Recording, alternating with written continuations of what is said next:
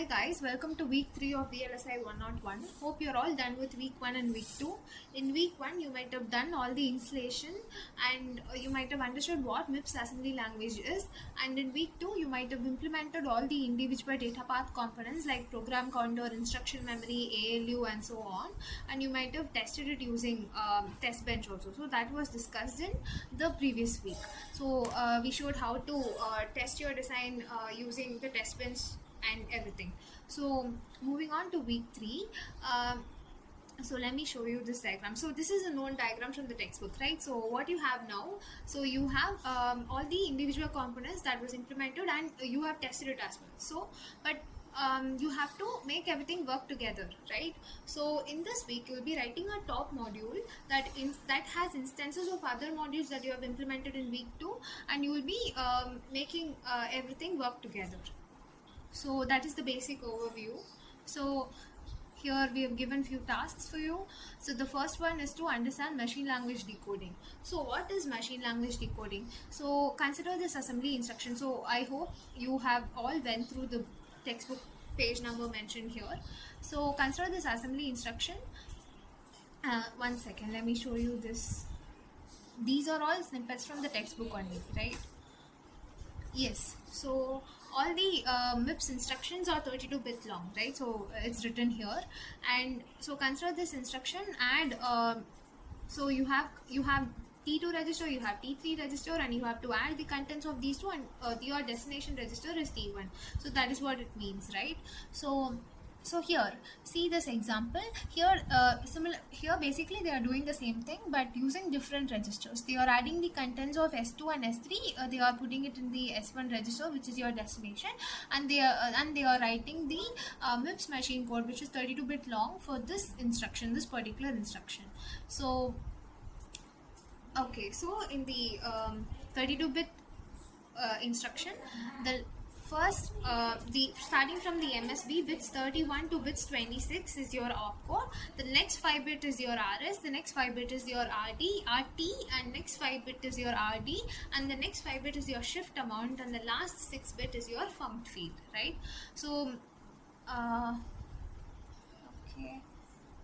Yes, this is what is listed here also, right? Your opcode, it's 6-bit and so on. This is what just I explained. So let me show you. So what was asked in the task? You have to decode all the MIPS assembly instruction into its machine code. So I hope you are all done with it, and I hope you are all familiar with this as well. And so next you have to upload it in a text or PDF file. That is fine. So let me show you mine.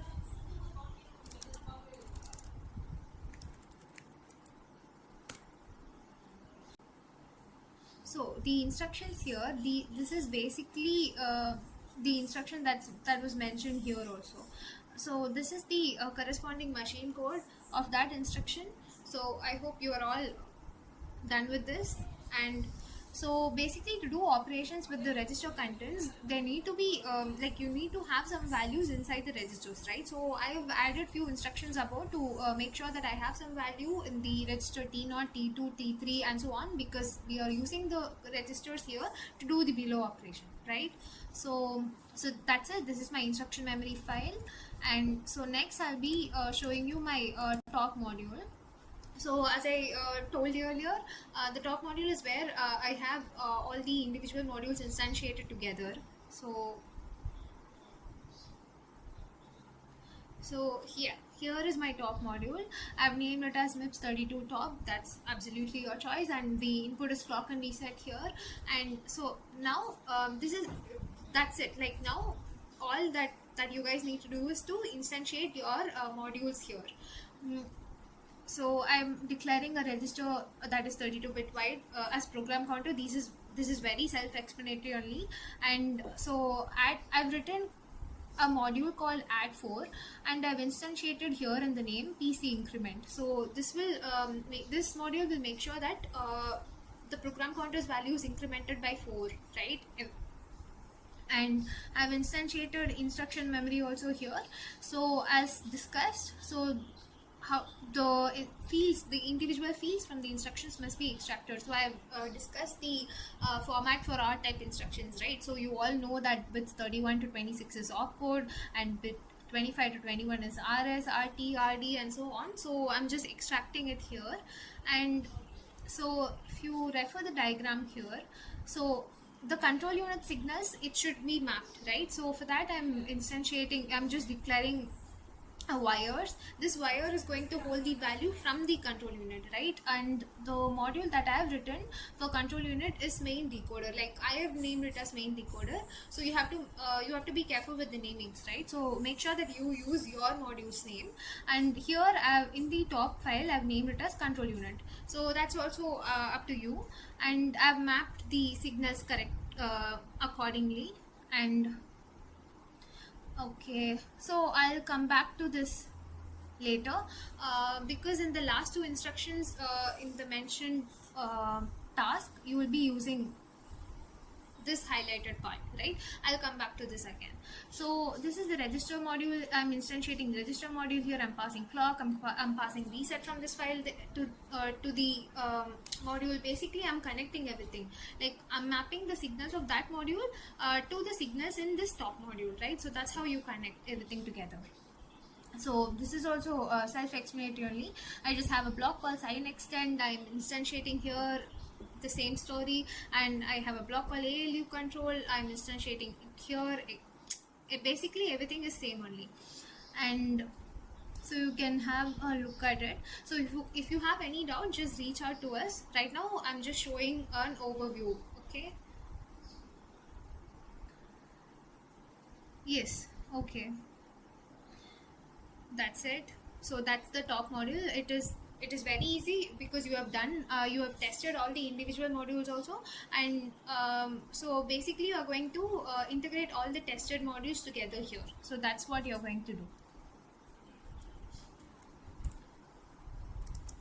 So let me show you the test bench that I have written for this.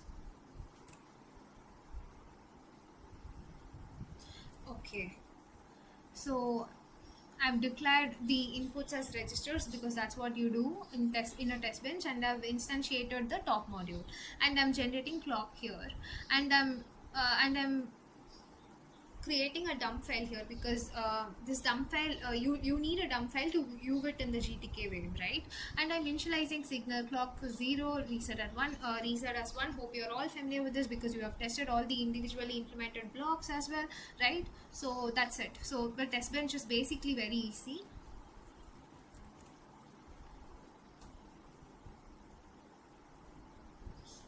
Okay, so let me compile everything here.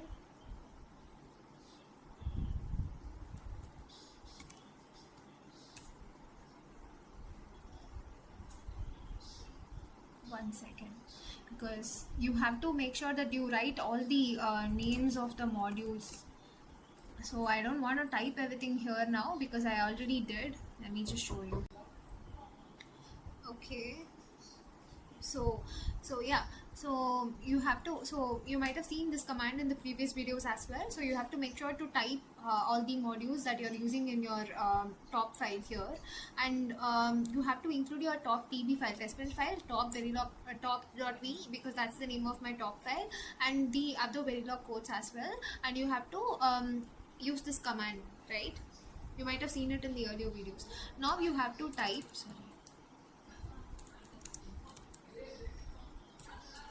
okay, so it says simulation finished. So okay, next.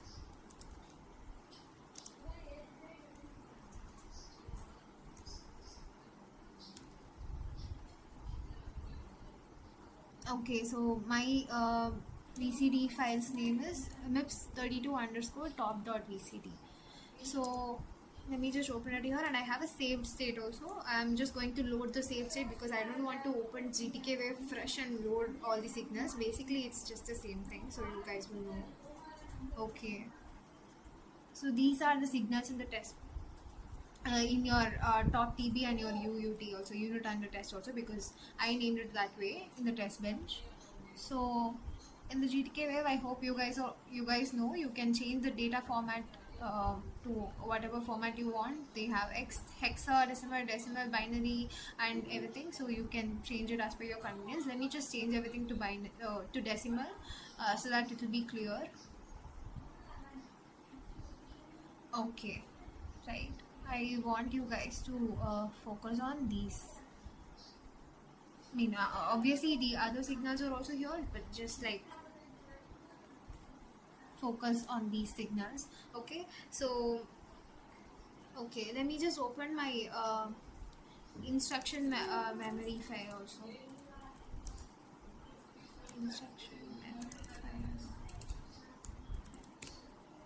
file. Okay, so in the first instruction, what's being done? The immediate value 0 is added to 20 and it is stored in the register T0. So as you can see, that is what's being done here. The register, the right register, the target is the register T0 whose value is 8 and the ALU result is 8 and the right data 1 is also 8. So this 8 is written in the register T0, which is 8. Sorry, this 20, the value, the result, that is written in the register T0, which is your register 8.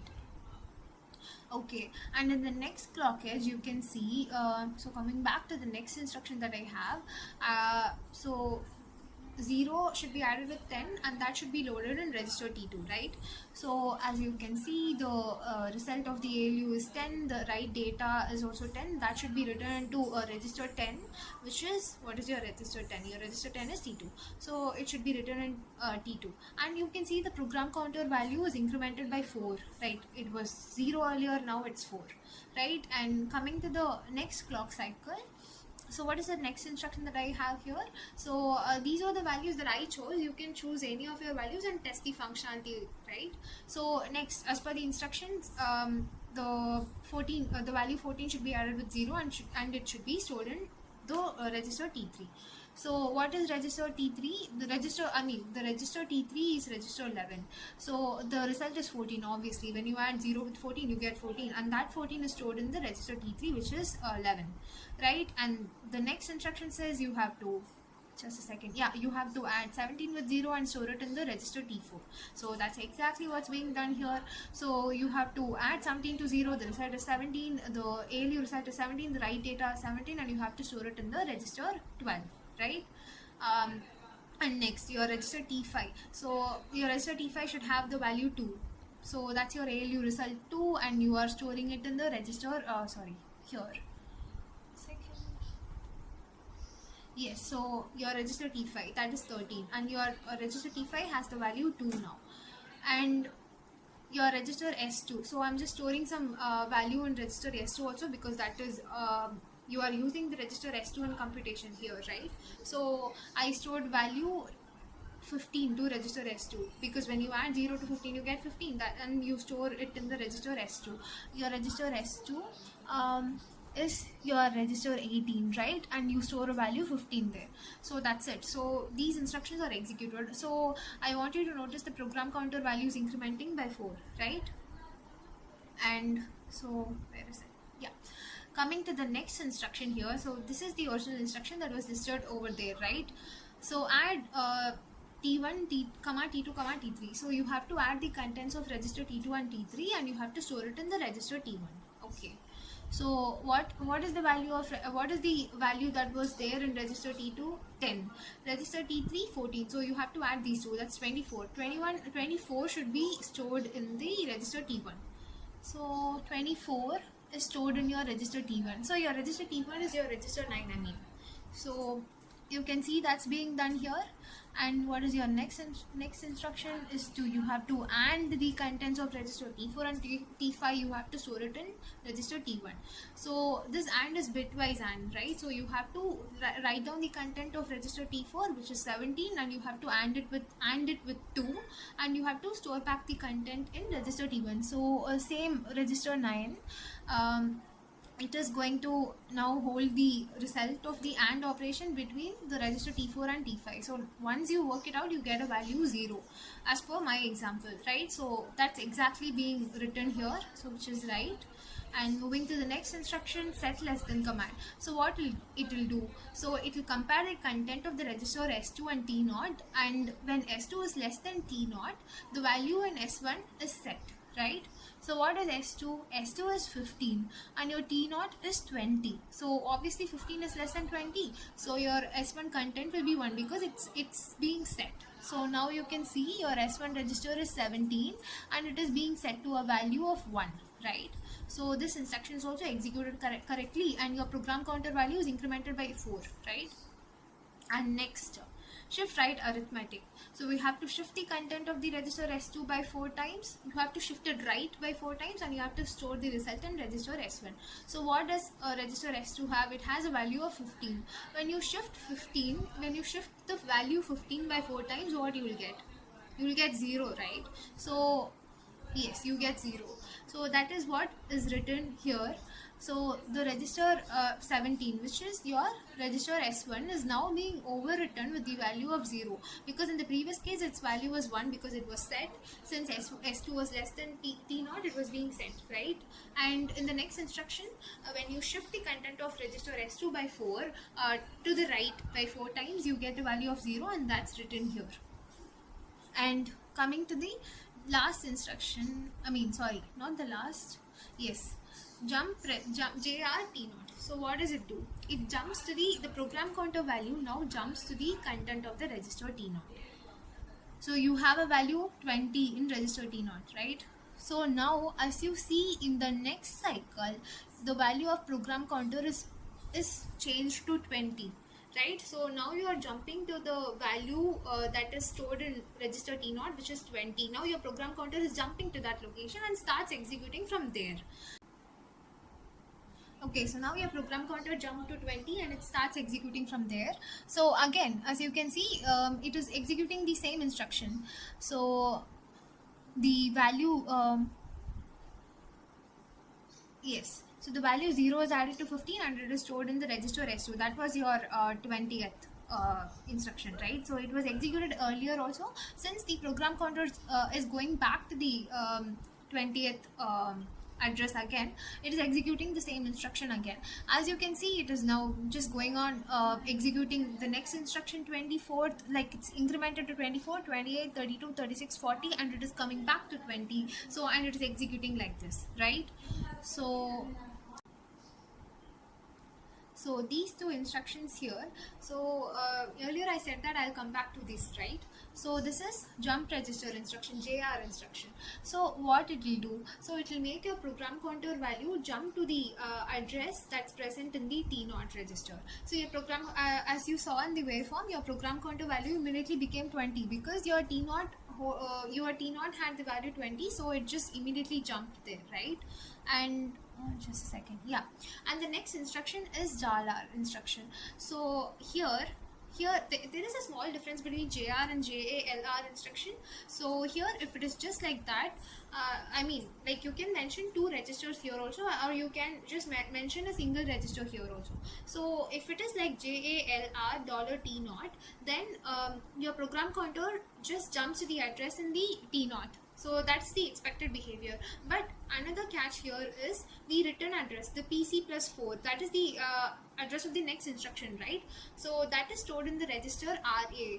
Your RA is your register 31, right? So that is stored in the value of PC plus 4 is stored in the RA register. So RA holds the value of PC plus 4 by default. But if you specify two registers here, for example, when you specify JALR $S1, $T0, what happens? As expected, your program counter value will jump to the address in $T0 register, and the value program counter plus 4 is stored in the $S1 register. So when no register is specified, the value PC plus 4 is stored in the register RA, which is default, and if you specify a register there, your the value of PC plus 4 will be stored in that register. So that is what I wanted to mention here. One sec, let me just open my top module.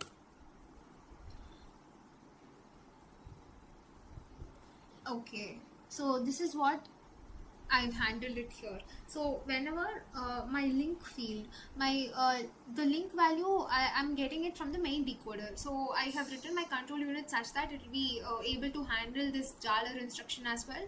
So whenever this link is high, my write register becomes 31, which is the default for the register RA, right? And my write data will become program counter plus 4. So to handle this dollar instruction, as I just mentioned, the value when no register is specified, the value of PC plus 4 will be stored in the register RA, which is register which is 31, right? That is what I handled it here. So this is what I wanted to mention. So that's it, guys. That's it about week 3, and I hope you're all able to follow till here. And if you have any doubt, just feel free to reach out. Thank you.